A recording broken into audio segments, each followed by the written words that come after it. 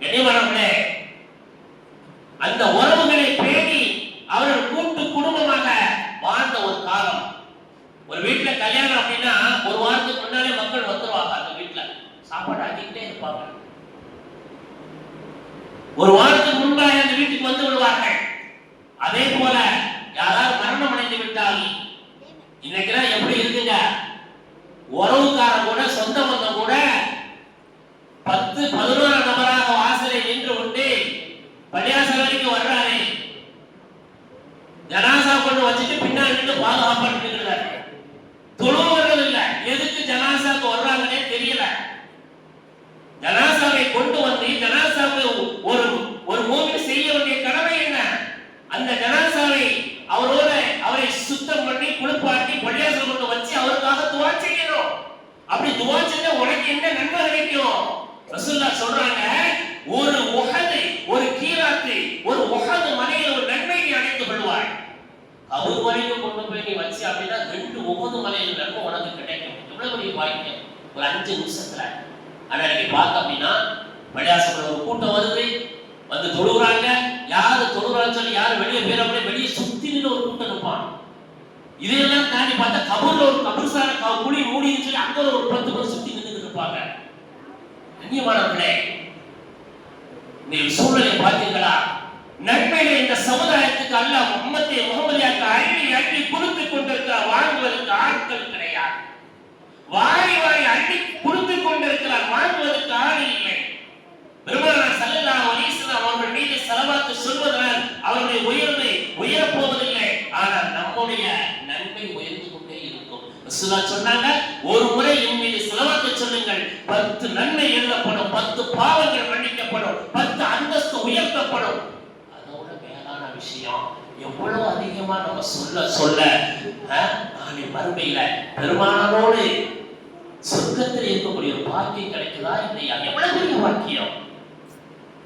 கண்ணியமான பேர்களே, அல்லாஹ் சுப்ஹானஹு வ தஆலா இந்த உம்மத்துக்கு கணக்கில்லாமல் நன்மைகள் வாரி அள்ளி அள்ளி கொடுத்துக் கொண்டிருக்கிறார்.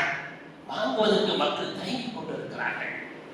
நாளை மறுமையில மக்கள் நினைப்பாரு அவருடைய நன்மை நிறுத்தப்படும்.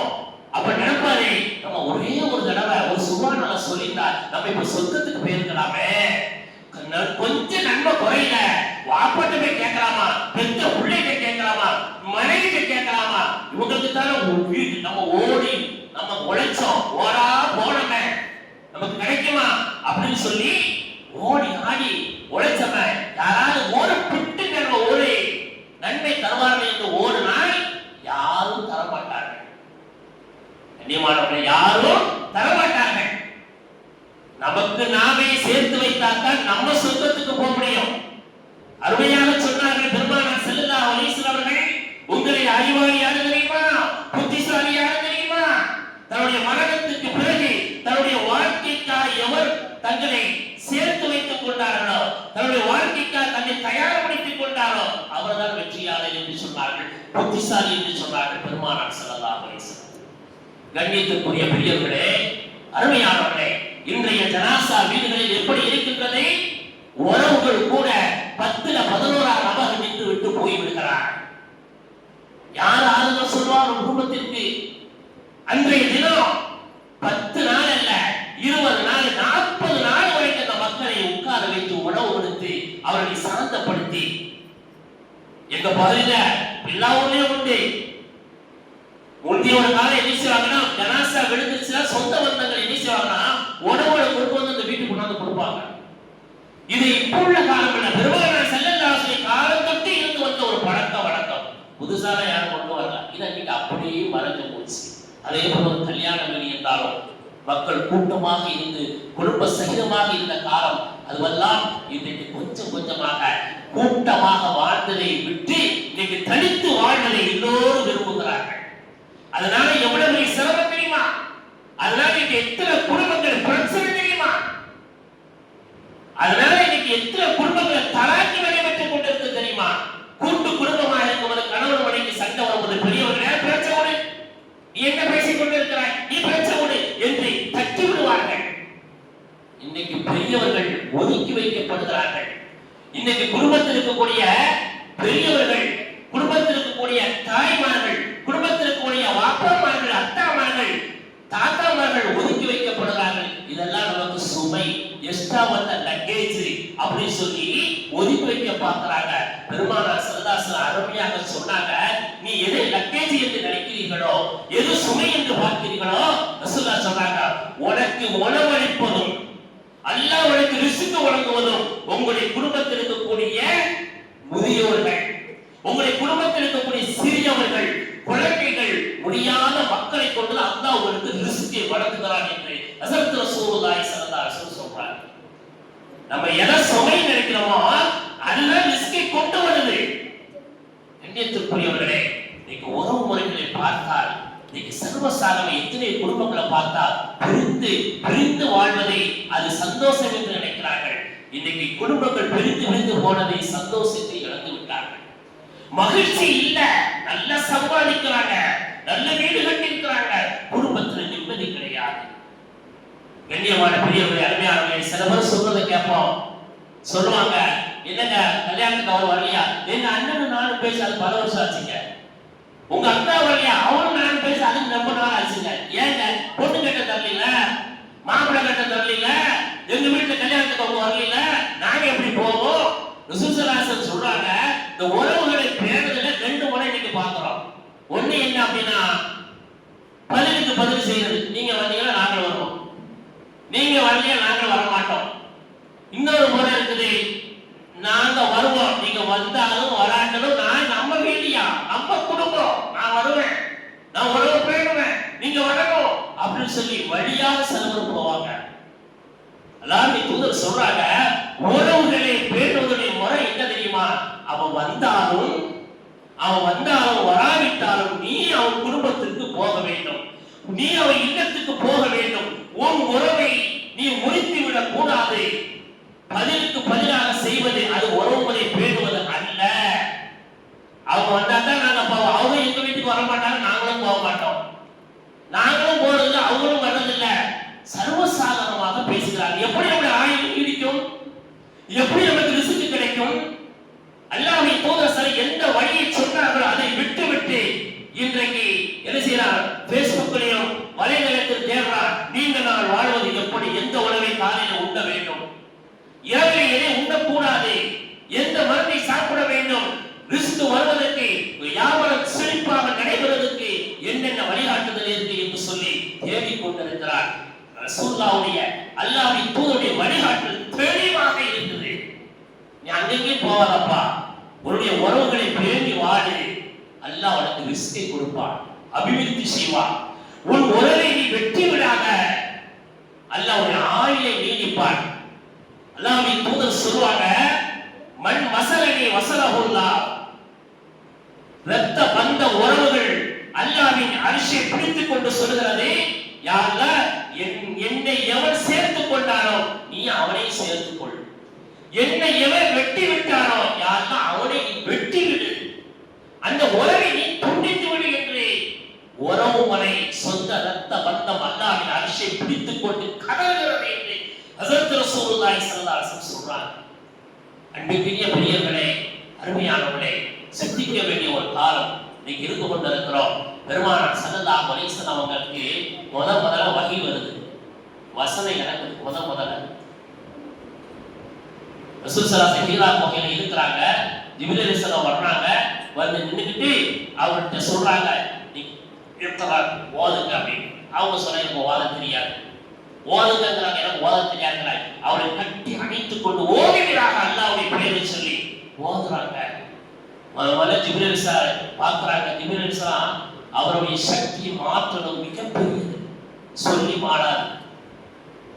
அந்த வேத வசனத்தை கேட்ட என் பெருமானார் ஸல்லல்லாஹு அலைஹி வஸல்லம் பதட்டத்தோடு வீட்டுக்கு வர்றாங்க.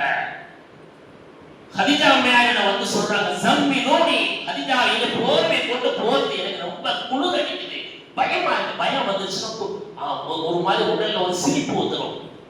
என்னை போர்வை கொண்டு போர்த்திக்கிறாங்க, என்ன ஆச்சு, என்ன பிரச்சனை அப்படின்னு சொல்லி கேட்டு சொல்றாங்க, பயப்படாதீங்க, நீங்க ஏழைகளை ஆதரிக்கிய, அனாதைகளை ஆதரிக்கிய, உறவுகளை பேணி வாழ்வீங்க, எத்தனையோ மக்கள் உங்களுக்கு உணவு கொடுக்குறீங்க, அல்லாஹ் உங்களை கைவிட மாட்டாங்க.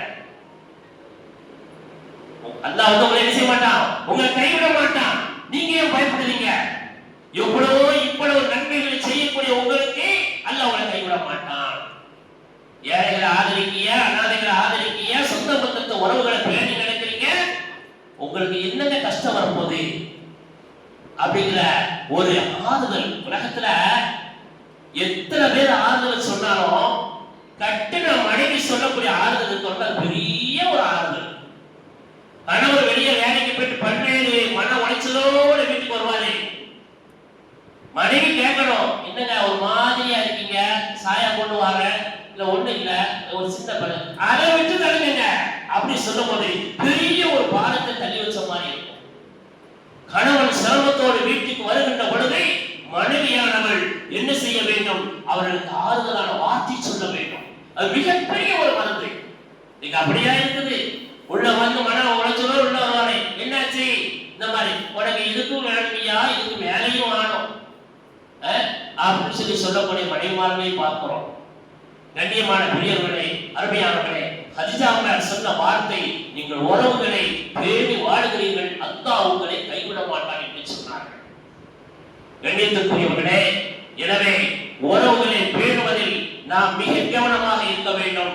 அந்த உறவு முறை இந்த உலகத்திலே நாம் பேணி வாழும் வரை நம்முடைய வாழ்க்கை அது வெற்றியாக இருக்கும்.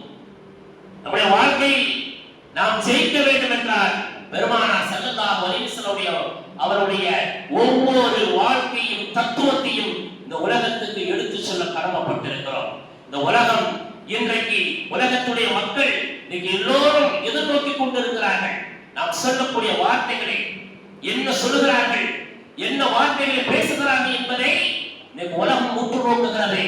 பெருமானார் ஸல்லல்லாஹு அலைஹி வஸல்லம் ஹஜ்ஜத்துல் விதா இறுதி ஹஜ்ஜின் போது சொன்னார்கள், அங்கே கூடியிருந்த ஹாஜி, அங்கே இருந்த சஹாபா பெருமக்கள் மத்தியிலே பேசும்போது, அன்புக்குரிய தோழர்களே, நான் இங்கே உரையாற்றி இருக்கக்கூடிய ஒவ்வொரு நிகழ்ச்சியும் ஒவ்வொரு விஷயத்தை உலகத்திற்கு எடுத்து சொல்லுங்கள். பல்லிகு அன்னி வரவாயா, ஒரு வார்த்தையாக இருந்தால் எடுத்து சொல்லுங்கள் என்று சொன்னார்கள். அந்த வார்த்தையின் அடிப்படையில் தான், அவர்கள் சொன்ன அந்த வார்த்தையின் அடிப்படையில் தான் இன்றைக்கு இது போன்ற நிகழ்வுகள் மீளாது விழாக்களின் மூலமாக, தொடர் பயான் நிகழ்ச்சியின் மூலமாக நாம் இன்றைக்கு உலகத்திற்கு, உலக மக்களுக்கு சொல்லிக் கொண்டிருக்கின்றோம். சொல்ல வேண்டிய கடமை நமக்கு இருக்கிறது.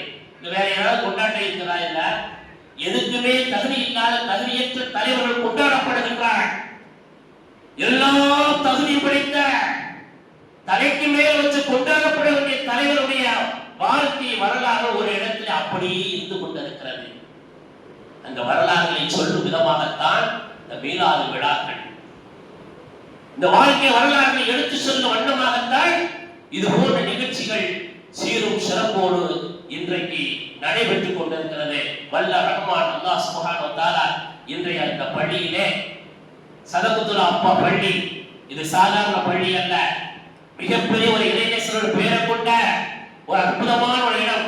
எவ்வளவு சொற்குலகம் மாறி அல்லாஹ் இதை கண்ணியப்படுத்திக் கொண்டிருக்கிறார். இதே போல அதிகமான மக்கள் பள்ளிக்கு வந்து சொலிக்க வேண்டும். அதிகமான மக்கள் வருகிறது. இந்த பள்ளி, இந்த வட்டாரத்தில் கூடிய மக்கள் ஒரு முன்னுதாரணமாக இருக்க வேண்டும். இதற்காக வேண்டி நீங்கள் முயற்சிகள் செய்ய வேண்டும்.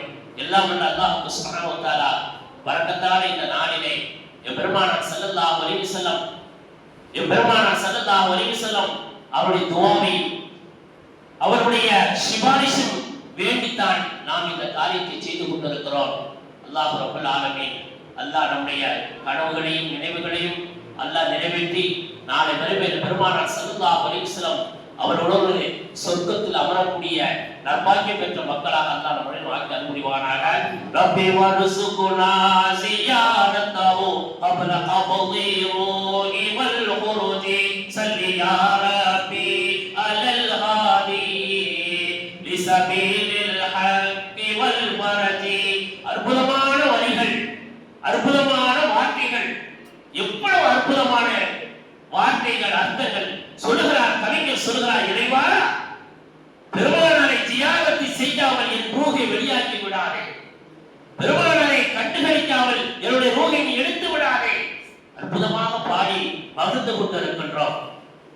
எல்லாம் வல்ல அல்லாஹ் சுப்ஹானஹு வ தஆலா நம்முடைய அமல்களையும் நம்முடைய காரியங்கள் அனைத்தையும் அல்லாஹ் லெகுவாக்கி இம்மையிலும் மறுமையிலும் அல்லாஹ் வெற்றி பெற்ற மக்களோடு அல்லாஹ் நம்மை எல்லாம் ஒன்று சேர்த்து அல்லாஹ் நபிமார்களையும் வலிமார்களையும் இறைநேசங்களையும் நேசிக்கக்கூடிய நன்மக்களாக கடைசி வரைக்கும் பெருமானார் ஸல்லல்லாஹு அலைஹி வஸல்லம் அவர்கள் மீது அதிகமாக ஸலவாத்து சொல்லக்கூடிய நன்பாக்கியம் பெற்ற மக்களாகவும் பெருமானார் ஸல்லல்லாஹு அலைஹி வஸல்லம் மதீனா நகரம் சென்று ஜியாரத் செய்யக்கூடிய நன்பாக்கியம் பெற்ற மக்களாக அல்லாஹ் நம் அனைவரையும் ஆக்க முடிவானாக.